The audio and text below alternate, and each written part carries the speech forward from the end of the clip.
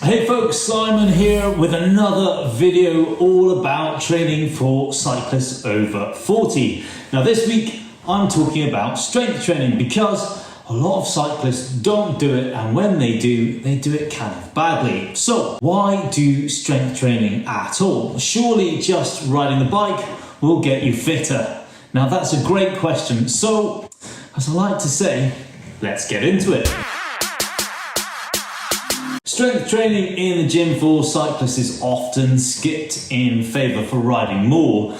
However, I think that's a little bit short-sighted, especially as we get older, because the benefits of strength training for cyclists are huge. So what are these benefits I'm talking about? Well, look, strength training has been shown to increase VO2, torque and power, lactate threshold, aerobic endurance, bone and tendon health, muscle strength, function and quality.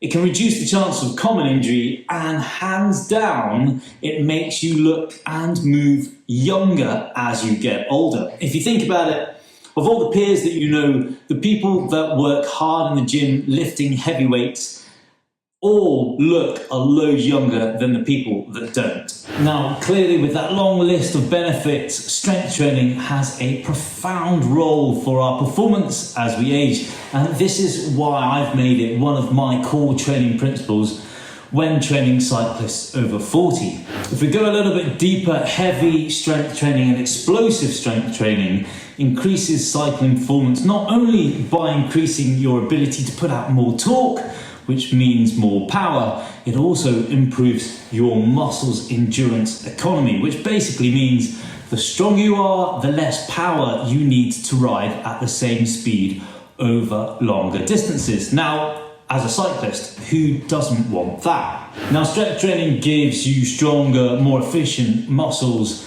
and that means it's going to improve your economy and power at lactate threshold. And it's been shown to do that independently of VO2 max.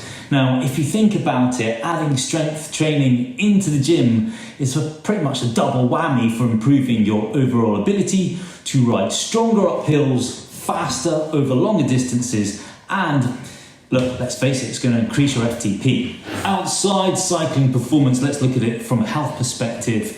When it comes to long-term health, it helps mitigate against age-related strength and muscle loss that is usually associated with older populations, and has been shown to increase bone density and tendon quality and strength.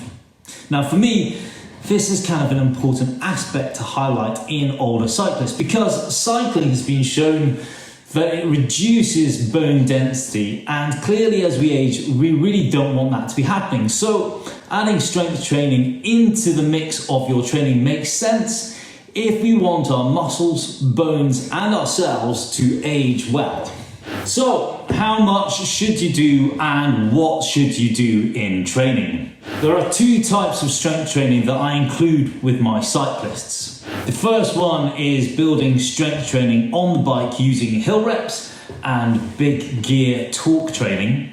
And the second one is strength and explosive strength training in the gym. The critical factor is where you place these in training, their intensity, volume, and how you progress them. Now let's talk about putting it into training. So from experience, getting cyclists to drop a bike session or reduce riding volume in favour of hitting the gym is often kind of seen with skepticism. However, once they start to see quick results that make them quicker up hills, hold faster average speeds, and increase their FTP with no real negative outcomes, they fully embrace it. So let's wrap this up. The reason why I think strength training is important for our performance is, let's go through that list. It increases your VO2, torque and power, lactate threshold, aerobic endurance, and it can increase your bone and tendon health, muscle strength, function and quality, and it can reduce the chances of common injury. Now, do you know what? That's such an important aspect of performance and also for our health. I just think it makes absolute sense for us to be getting into the gym, not thinking about just getting loads of miles out on the bike, and thinking about not just performance, but our long-term health.